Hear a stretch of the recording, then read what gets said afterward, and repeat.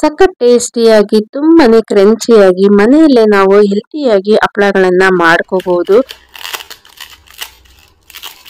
ಕೇಳಿಸ್ಕೊಂಡ್ರಲ್ಲ ಎಷ್ಟು ಕ್ರಂಚಿಯಾಗಿದೆ ಅಂತ.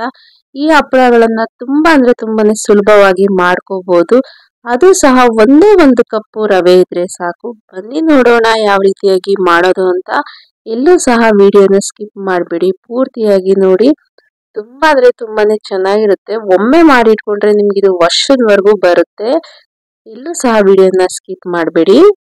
ಮೊದಲಿಗೆ ನಾನಿಲ್ಲಿ 1 ಕಪ್ ಅಷ್ಟು ರವೆಯನ್ನ ತಗೊಂಡಿದ್ದೀನಿ. ನೀವು ಉಪ್ಪಿಟ್ಟೆಲ್ಲ ಮಾಡ್ತೀರಲ್ಲ ಮೀಡಿಯಂ ರವೆ, ಅದನ್ನ ಇಲ್ಲಿ ತಗೊಂಡಿದ್ದೀನಿ. ನೀವು ಬನ್ಸಿ ರವೆಯನ್ನ ತಗೋಬೇಡಿ, ಈ ರೀತಿಯಾದಂತ ಮೀಡಿಯಂ ರವೆಯನ್ನ ತಗೊಳ್ಳಿ. ನೀವು ಇನ್ನು ಜಾಸ್ತಿ ಕ್ವಾಂಟಿಟಿ ಬೇಕಂದ್ರೆ ಜಾಸ್ತಿ ಕ್ವಾಂಟಿಟಿಯನ್ನು ಸಹ ತಗೋಬಹುದು. ನಂತರ ಈಗ ನಾನು ಒಂದು ಬೌಲ್ ಅನ್ನ ತಗೊಂತಾ ಇದ್ದೀನಿ. ಈ ಬೌಲ್ ಒಳಗಡೆ ನಾನು 1 ಕಪ್ ಅಷ್ಟು ರವೆಯನ್ನ ಹಾಕೊಂತಾ ಇದ್ದೀನಿ. ಈಗ ಇದಕ್ಕೆ ಒಂದು 3 ಕಪ್ ಅಷ್ಟು ನೀರನ್ನ ಆಡ್ ಮಾಡ್ಕೊಂತಾ ಇದ್ದೀನಿ.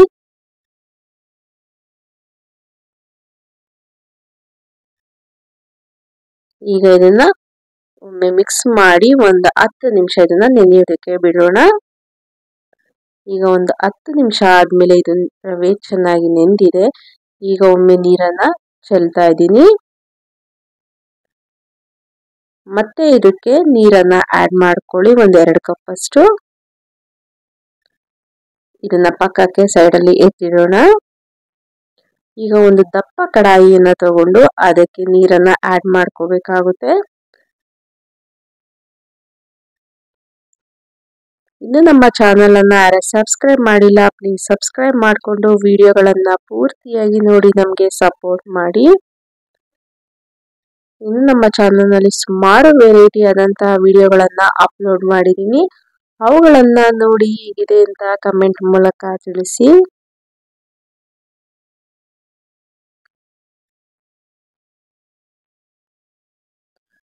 ನಾನು ಇಲ್ಲಿ ಟೋಟಲ್ ಆಗಿ 9 ಕಪ್ ಅಷ್ಟು ನೀರನ್ನ ಆಡ್ ಮಾಡಿದ್ದೀನಿ. 1 ಕಪ್ ರವೆಗೆ 9 ಕಪ್ ಅಷ್ಟು ನೀರನ್ನ ಹಾಕೊಳ್ಳಿ. ನೀವು ಮೊದಲೇ ಈ ರೀತಿಯಾಗಿ ರವೆಯನ್ನ ನೆನೆಸಿ ಮಾಡೋದ್ರಿಂದ ಹಪ್ಪಳಗಳು ತುಂಬಾ ಕ್ರಿಸ್ಪಿಯಾಗಿ ಬರುತ್ತೆ. ನಂತರ ಇದಕ್ಕೆ ರುಚಿಗೆ ತಕ್ಕಷ್ಟು ಉಪ್ಪನ್ನ ಹಾಕೊಂಡು ಈಗಾಗಲೇ ನಾವು ರವೆಯನ್ನ ನೆನೆಸಿಟ್ಕೊಂಡಿದ್ವಲ್ಲ ಅದನ್ನ ಇದಕ್ಕೆ ಮಿಕ್ಸ್ ಮಾಡಬೇಕಾಗುತ್ತೆ. ಟೋಟಲ್ ಇಲ್ಲಿ ನನಗೆ 10 ಕಪ್ ಅಷ್ಟು ನೀರಾಯ್ತು. 1 ಕಪ್ ರವೆಗೆ ನಾನಿಲ್ಲಿ ಟೋಟಲ್ ಆಗಿ 10 ಕಪ್ ಅಷ್ಟು ನೀರನ್ನ ಆಡ್ ಮಾಡ್ಕೊಂಡಿದ್ದೀನಿ. ಈಗ ಒಮ್ಮೆ ಈ ರೀತಿಯಾಗಿ ಕೈ ಆಡಿಸ್ಕೊಳ್ಳಿ. ನೀವು ಬೇಕಾದ್ರೆ ಇದಕ್ಕೆ ಚಿಲ್ಲಿ ಫ್ಲೇಕ್ಸ್ ಅನ್ನು ಸಹ ಆಡ್ ಮಾಡ್ಕೋಬಹುದು.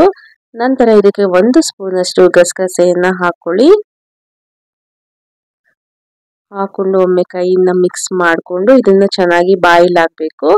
ಅಲ್ಲಿವರೆಗೂ ನಾವು ಮಿಕ್ಸ್ ಮಾಡ್ತಾ ಇರಬೇಕಾಗುತ್ತೆ ಅವಾಗವಾಗ. ಇದು ನಿಮಗೆ ಬಾಯ್ಲ್ ಆಗುವಾಗ ಸ್ವಲ್ಪ ಗಟ್ಟಿ ಆಗ್ತಾ ಬರುತ್ತೆ, ನೋಡ್ಕೋಬೇಕಾಗುತ್ತೆ ಕನ್ಸಿಸ್ಟೆನ್ಸಿಯನ್ನ. ನೋಡಿ ಈ ರೀತಿಯಾಗಿ ಇದು ಫುಲ್ ಗಟ್ಟಿ ಆಗ್ಬೇಕು.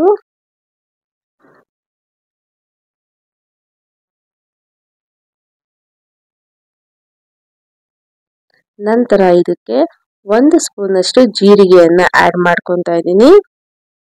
ಹಾಗೆ ಒಂದು ಅರ್ಧ ಸ್ಪೂನ್ ಅಷ್ಟು ಗ್ರೀನ್ ಚಿಲ್ಲಿ ಪೇಸ್ಟ್ ಅನ್ನ ಹಾಕೊಂಡಿದ್ದೀನಿ. ಮೊದಲೇ ಹೇಳಿದಾಗೆ ನೀವು ಬೇಕಾದ್ರೆ ಇಲ್ಲಿ ರೆಡ್ ಚಿಲ್ಲಿ ಫ್ಲೇಕ್ಸ್ ಅನ್ನು ಸಹ ಹಾಕೋಬಹುದು. ಇದು ಈ ರೀತಿಯಾಗಿ ಕನ್ಸಿಸ್ಟೆನ್ಸಿ ಬರಬೇಕು. ನಂತರ ಸ್ಟವ್ ಅನ್ನು ಆಫ್ ಮಾಡಿ ಸ್ವಲ್ಪ ಬಿಸಿ ಇದ್ದಾಗ ಈ ರೀತಿಯಾಗಿ ನೀವು ಹಪ್ಪಳಗಳ ತರ ಮಾಡ್ಕೋಬೇಕಾಗುತ್ತೆ. ತುಂಬಾನೇ ತೆಳ್ಳಗೆ ಮಾಡ್ಕೋಬೇಡಿ, ತುಂಬಾ ದಪ್ಪನಾಗೂ ಮಾಡ್ಕೋಬೇಡಿ. ಈ ರೀತಿಯಾಗಿ ಮೀಡಿಯಂ ಆಗಿ ಇರಬೇಕಾಗುತ್ತೆ. ನೀವು ಇದನ್ನ ಬಿಸಿಲಲ್ಲಾದ್ರೂ ಒಣಗಿಸ್ಬೋದು, ಇಲ್ಲ ಮನೆಯಲ್ಲಿ ನೆರಳಲ್ಲಾದ್ರೂ ಒಣಗಿಸ್ಕೋಬಹುದು. ನೋಡ್ತಾ ಇರ್ಬೋದು ಫುಲ್ ಒಣಗಿದ ನಂತರ ತೋರಿಸ್ತಾ ಇದ್ದೀನಿ ಯಾವ ರೀತಿಯಾಗಿ ಆಗಿದೆ ಅಂತ. ಪೂರ್ತಿಯಾಗಿ ಒಣಗಿದೆ. ನೀವು ಬೇಕಾದ್ರೆ ಇಲ್ಲಿ ಬಟ್ಟೆ ಮೇಲಾದ್ರೂ ಸಹ ಹಾಕೋಬಹುದು. ನೋಡಿ ಎಷ್ಟು ನೀಟಾಗಿ ಬರ್ತಾ ಇದೆ ಅಂತ, ಎಷ್ಟು ತೆಳ್ಳಗೆ ಬಂದಿದೆ. ಮತ್ತೆ ಸ್ವಲ್ಪನೂ ಸಹ ನಿಮ್ಗೆ ಕಟ್ ಆಗೋದಿಲ್ಲ, ತುಂಬಾ ಚೆನ್ನಾಗಿ ಬರುತ್ತೆ. ಎಲ್ಲವನ್ನು ಸಹ ಅದೇ ರೀತಿಯಾಗಿ ತೆಗೆದುತ್ತಾ ಇದ್ದೀನಿ.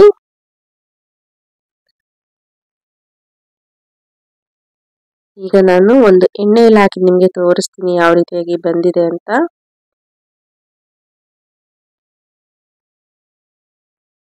ಆದಷ್ಟು ಉರಿಯನ್ನ ಲೋ ಫ್ಲೇಮ್ ಅಥವಾ ಮೀಡಿಯಂ ಫ್ಲೇಮ್ ಅಲ್ಲಿ ಇಟ್ಕೊಂಡು ಈ ರೀತಿಯಾಗಿ ಹಪ್ಪಳಗಳನ್ನ ಕರ್ಕೊಂಡ್ರೆ ನೀಟಾಗಿ ಬರುತ್ತೆ. ತುಂಬಾ ಹೈ ಫ್ಲೇಮ್ ಅಲ್ಲಿ ಇಟ್ಕೊಳಕ್ ಹೋಗ್ಬೇಡಿ. ನೋಡಿದ್ರಲ್ಲ ಹಪ್ಪಳಗಳೆಲ್ಲ ಎಷ್ಟು ಚೆನ್ನಾಗಿ ಬಂದಿದೆ ಅಂತ. ತುಂಬಾನೇ ಕ್ರಿಸ್ಪಿ ಆಗಿತ್ತು. ನೀವು ಒಂದೇ ಬೆಳ್ಳಲ್ಲಿ ಸಹ ಕಟ್ ಮಾಡಬಹುದು, ಅಷ್ಟು ಚೆನ್ನಾಗಿತ್ತು. ನೀವು ಸಹ ಟ್ರೈ ಮಾಡಿ ಹೇಗೆ ಬಂತು ನಮಗೆ ಈ ಹಪ್ಪಳ ಅಂತ ಕಮೆಂಟ್ ಮೂಲಕ ತಿಳಿಸಿ. ಹೀಗೆ ಸಪೋರ್ಟ್ ಮಾಡಿ. Thank you.